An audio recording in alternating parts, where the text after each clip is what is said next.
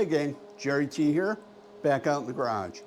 And yeah, the weather's horrible. We got 2 inches of snow last night, and so it's been cold. It just hasn't been biking weather for sure. So, and yeah, I'm eager to get out there. I've got like 3 bikes I got to do reviews on, and I got 2 more coming next month. So, oh yeah.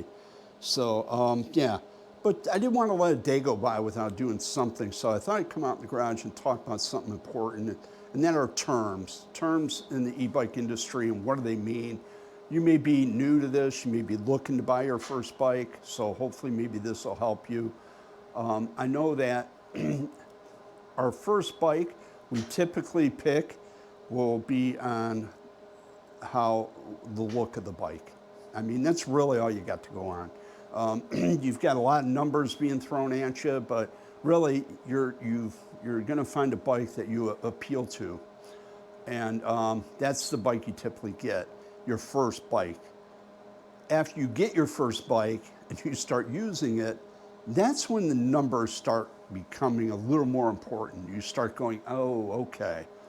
You know, and usually your second or your third bike is where you start improving the level of bike you get. So let's talk about some of these things. First, we'll roughly go over the battery. Volts. Geez, volts. What is that? Volts. Sounds like a new car coming out.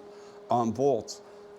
Your battery is rated in 2 numbers, volts and amp hours.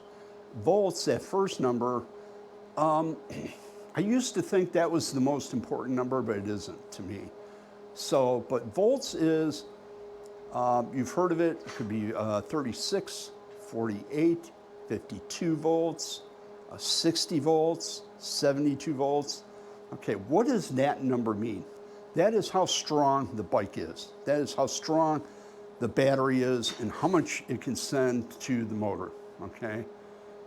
The bigger the number, the stronger that push will be from the battery. So I'll use my weightlifter analogy, and that is the weightlifter volts is how much weight a weightlifter can lift, okay? So weightlifter, if he can do 48 volts, that's, you know, a bigger number. He can get off the ground and lift, okay? So that's how strong, that's what the volts means, how strong your weightlifter or your battery is, okay? The second number, amp hours. Amp hour, that sounds like something on Star Trek. What are you talking about here? So amp hours is your weightlifter. We'll go back to him. We know how much weight he can lift, so now he has it off the ground.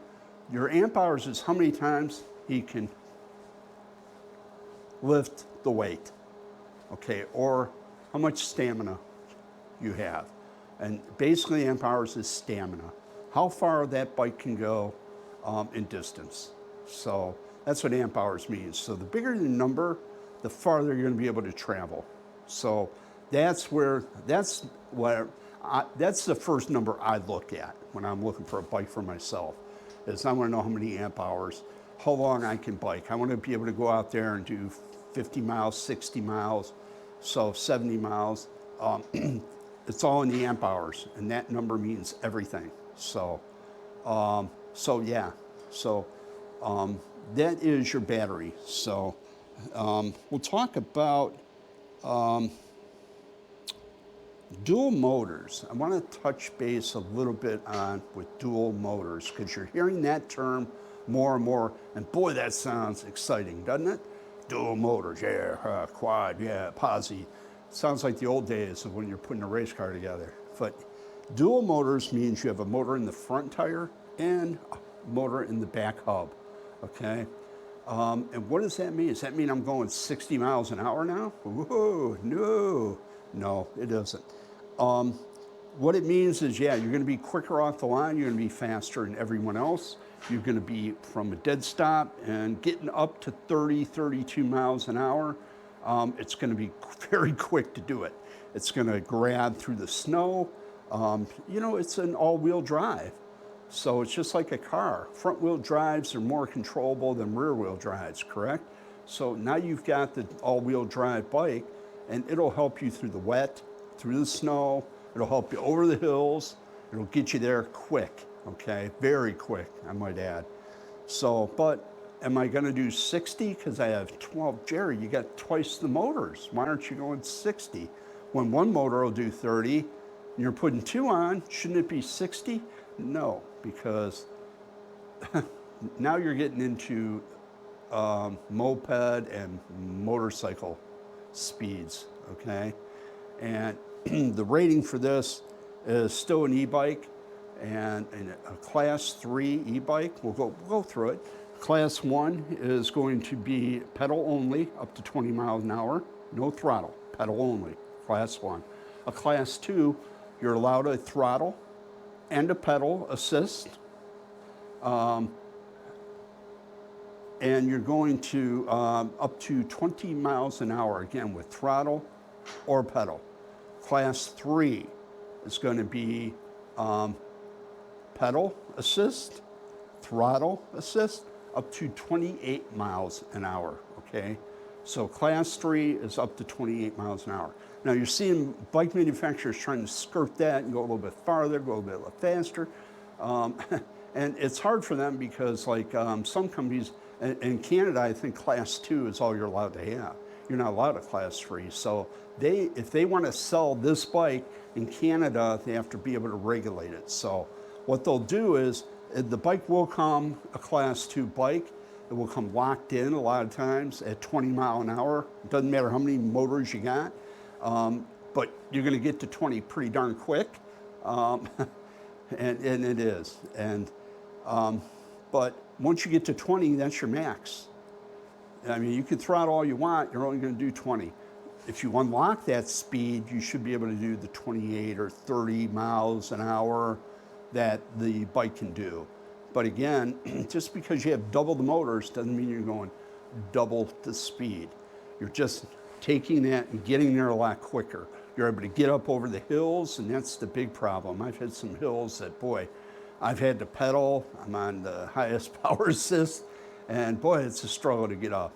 So, but when you put dual motors on, you're getting up that hill pretty quick. So yeah, don't think because you have two motors, you're going to be doing Evel Knievel jumps over the house, the neighbor's house. It ain't going to happen. So, but, well, let me step back a little bit. You're starting to see manufacturers come out with bikes that go faster than 28 miles an hour, that can do 33 miles an hour. Bikes can do 35 miles an hour. And then we got a bike that can do 42 miles an hour, 45 miles an hour. That's about the max I've seen, but you're starting to see that come out. And basically what that is an off-road, okay? You're gonna be classed as, the bike's probably gonna come as a class 2 at 20 mile an hour. You can open up the settings and set it to higher speed, but you're not going to be allowed to race around at 35 miles an hour on the sidewalks or the bike trails. That ain't gonna happen. You gotta do that off-road, okay? Those speeds are made for off-road. So if you get a bike that can go that fast, don't ruin it for all of us, guys. Don't go on the trails, don't go on the sidewalks, be careful on the streets, don't make a fool out of ourselves.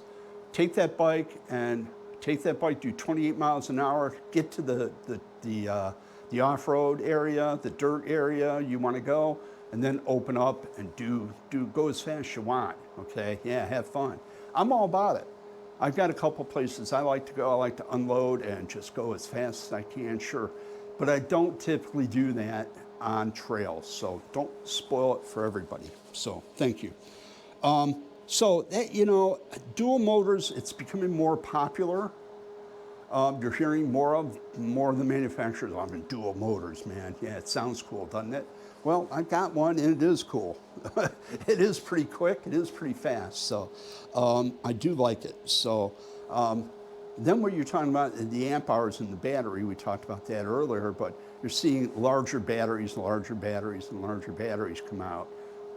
And, you're trying to fit, you're seeing dual batteries, okay, come out, and now you're seeing one big battery, and you actually have a manufacturer, I won't say no names, Wallke, H9, that has a massive 60 amp battery.